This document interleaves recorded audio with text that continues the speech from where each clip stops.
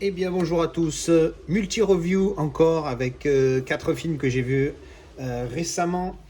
Alors on va prendre dans l'ordre dans lesquels je les ai exposés parce que pourquoi pas. Et en fait je viens juste de finir The Hitman's Bodyguard que j'avais déjà vu en fait, mais je me rappelais plus que je l'avais vu. Et en fait je me suis rappelé du film en ayant vu. Bref, très bon film. J'avais mis 6 la première fois que je l'ai vu, mais en le revoyant, ben, je trouve que ça mérite plus un 7. C'est un film à la Deadpool, si vous voyez ce que je veux dire, avec Ryan Reynolds, au niveau de l'humour, parce que c'est un film d'action avec voilà, une histoire, un méchant tyran qui va se faire juger, mais il a besoin du témoignage d'un assassin qui est en fait Samuel L. Jackson. Et Ryan Reynolds joue le rôle d'un bodyguard, donc Samuel L. Jackson étant le hitman. Et donc du coup, lui se retrouve à protéger lui. Donc en fait, c'est l'histoire. Et donc il y a de l'action, tout ça, ça pète dans tous les sens, c'est pas mal. Et puis il y a cette petite touche d'humour un petit peu à la Deadpool. Alors pas aussi, parce que Deadpool c'est vraiment des blagues toutes les 5 minutes ou un peu plus, mais là il y a moins de blagues, mais ça reste quand même, il y a une petite touche d'humour qui est assez pas mal. Et donc voilà, c'était un bon film, je recommande si vous ne l'avez pas vu, il est vraiment pas mal. Pour parler, du coup, comme vous pouvez le voir, c'est un 4K. Alors en fait, avec les éclairages, puisque là je filme le soir, avec les éclairages, on voit, c'est pas super évident, mais bon, vous vous en doutez, vu que la boîte est noire, c'est un 4K. DI 4K, c'est pour ça que je l'ai pris. Je l'avais vu en promo sur Amazon UK à 9 pounds 90, enfin à 10 pounds, mais vu que je vous rappelle encore une fois qu'on a 15% de moins quand on fait livre en France, donc au final on le paye 8 et quelques. Donc voilà, j'en ai profité, je l'ai pris. Alors, la qualité du 4K. Je vais parler du son super vite fait parce qu'encore une fois, je ne suis pas super bien équipé, j'ai juste du Dolby Digital 5.1. Mais par contre, sur certaines explosions, il y a eu de belles bonnes vibrations, il était pas mal. Qualité d'image, parce que c'est ce que je peux juger le mieux étant équipé full 4K. Lecteur, câble, écran OLED, ce que tu veux. Alors, au début, j'ai été un peu déçu. Après, j'ai été agréablement surpris, redéçu, agréablement surpris, redéçu. Alors, ce qui se passe, c'est que, suivant les caméras utilisées, je pense, alors d'après IMDb, c'était que de l'Harry Raw, donc Harry Raw, 3,4K. Donc, c'est pas un pur 4K, puisqu'il a été filmé en 3,4. Mais par contre, il y a des moments où l'image, elle était qualité Blu-ray, avec un peu de grain et tout, léger, mais enfin, pas choquant, mais visible. Et par moments, l'image, elle était nickel. Alors, il est en Dolby Vision en plus, donc quand l'image était vraiment nickel, avec le Dolby Vision, ça ressortait super bien. Il y avait une qualité de détail impressionnante, plus de belles couleurs, et vraiment net, sans grain, nickel et tout. Et par moments, il y a des scènes où ben, il y a ce grain, ça fait un peu terne, tu te dis, merde. Après, il y a des images qui sont... j'ai l'impression que ma luminosité était trop haute, mais en fait, c'est le film qui est comme ça. Donc globalement, c'est une satisfaction, mais en même temps une petite déception parce que par rapport à ce que je pu voir sur les bons moments au niveau bonne qualité, je me dis merde, c'est dommage que tout le film soit pas comme ça pourrait presque être une référence parce que ces moments-là sont vraiment nickel, hein, très propres, très beaux, très détaillés. Enfin bref, bon, ben, c'est comme ça, hein, it is what it is, comme on dit.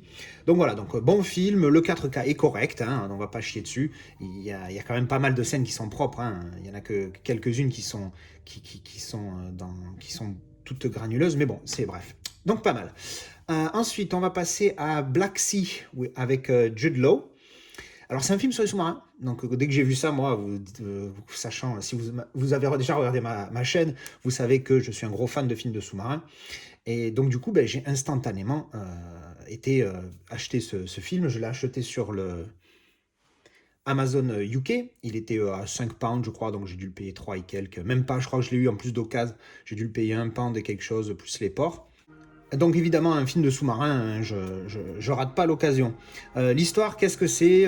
C'est un employé d'une société qui gérait des sous-marins, grosso modo, hein, c'est ça, et qui se retrouve mis à la porte. Et après, il se fait embaucher en tant que capitaine d'un bateau, mais pour quelque chose de plus ou moins illégal. Enfin, complètement moins illégal, enfin complètement illégal quoi.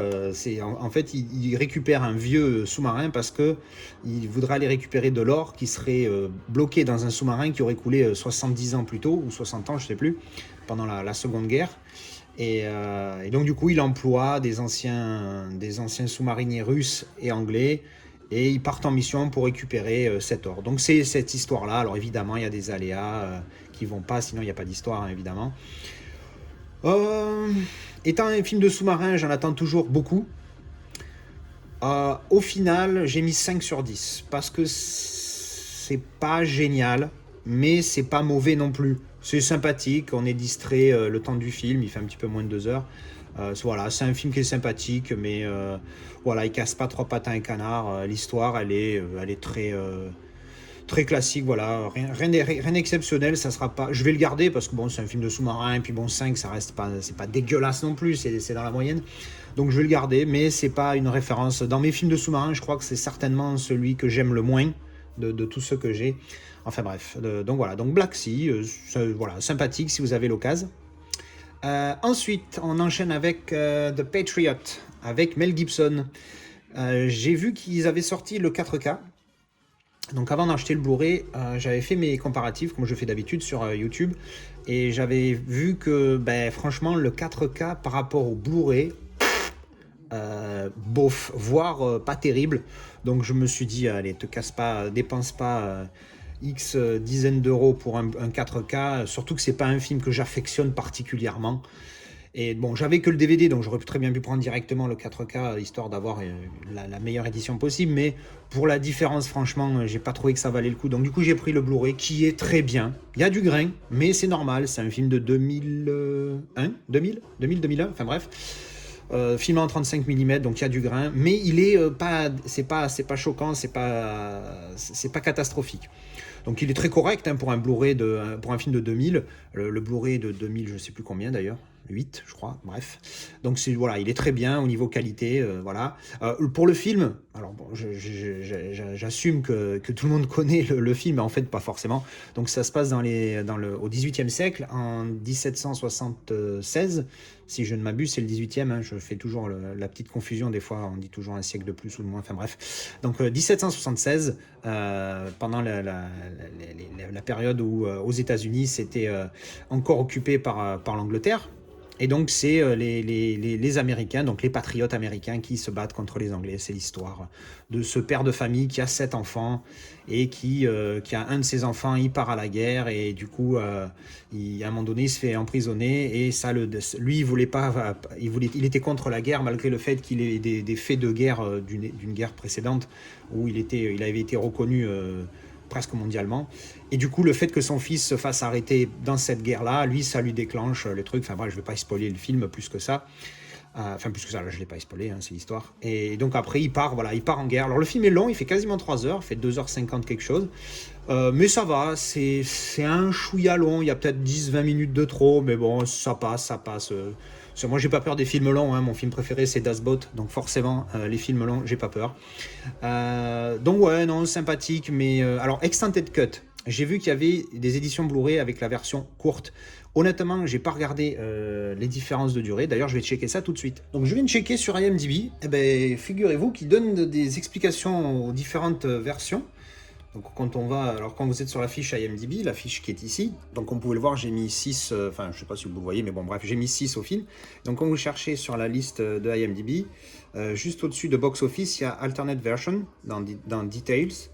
Cliquez dessus, et là ça vous donne les différences qu'il y a entre les versions. Seulement à aucun moment, d'habitude ils le marquent, mais là à aucun moment ils ont indiqué les durées en fait, qui changent, combien il y a de minutes en plus. Ma foi, je sais pas. Donc du coup, je peux pas vous dire combien de temps dure la version courte, mais de mémoire le film était déjà très long, il fait minimum 2h30, 2h40 en version courte.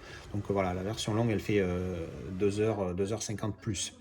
Voilà, donc bon, alors oui, une petite parenthèse pour nous français. Alors il y a un français dans le film, c'est Chiqui Carillo, j'adore cet acteur, il joue tellement bien. Bref, et encore une fois, c'est bien, parce que, alors je dis encore une fois parce que ça arrive, j'ai dit ça il y a pas longtemps dans une review, on passe pas pour des blaireaux, voilà. Donc bon, on se fait un petit peu charrier, mais c'est normal, c'est des Américains, ils font leur film, on va pas non plus attendre à ce qu'ils fassent un film pro-français, ça c'est sûr. Mais on passe pas pour des gros blaireaux comme dans certains films où on nous lance des scuds dégueulasses, genre les Français, ils perdent leur guerre, blablabla, vous savez, l'habituel refrain. Voilà, donc ça c'était The Patriot avec Mel Gibson. Ensuite et enfin, Le bonheur est dans le pré. Alors c'est un film que je pensais ne jamais avoir vu, que j'ai regardé hier soir. Et en fait, je l'avais déjà vu. Et j'avais bien aimé, parce que quand j'ai revu le film hier soir, je me suis dit, ah oui, putain, je l'ai déjà vu et tout. Et donc, je me suis refait parce que c'est un bon film. Alors, on se tape pas des barres de malade, mais c'est un film qui détend, c'est un film qui fait plaisir, c'est un film qui fait se sentir bien, et qui fait se sentir bien en France en plus. Donc, c'est un petit plus pour les petits patriotes que nous pouvons être, les petits chauvins. Et donc voilà, donc c'est un bon film avec Michel Serrault et Eddie Mitchell. Eddie Mitchell, il est énorme dans ce film. Karine Azema, non, Sabine Azema, pardon, elle est aussi fantastique dans ce film. C'est celle qui joue la mère de Tanguy dans le film Tanguy, pour ceux qui ne voient pas qui c'est. Donc voilà, Sabine Azema aussi, elle a un rôle, t'as envie de lui mettre des claques, mais elle le joue super bien, quoi, c'est exceptionnel. Et puis bon, Michel Serrault, un classique, hein, on le connaît, cet acteur, il est très bon. Donc voilà, un très bon film. En grosso modo, l'histoire, pour ceux qui connaissent pas, parce qu'il y en a, donc c'est un patron d'entreprise. Alors ça se passe dans les années 80, je crois, 90, 90, pardon, dans les années 90. Donc c'est un patron d'une boîte qui a un peu des soucis, hein, comme toutes les petites boîtes à l'époque. Et à un moment donné, sa famille, et il a une femme et une fille qui sont assez...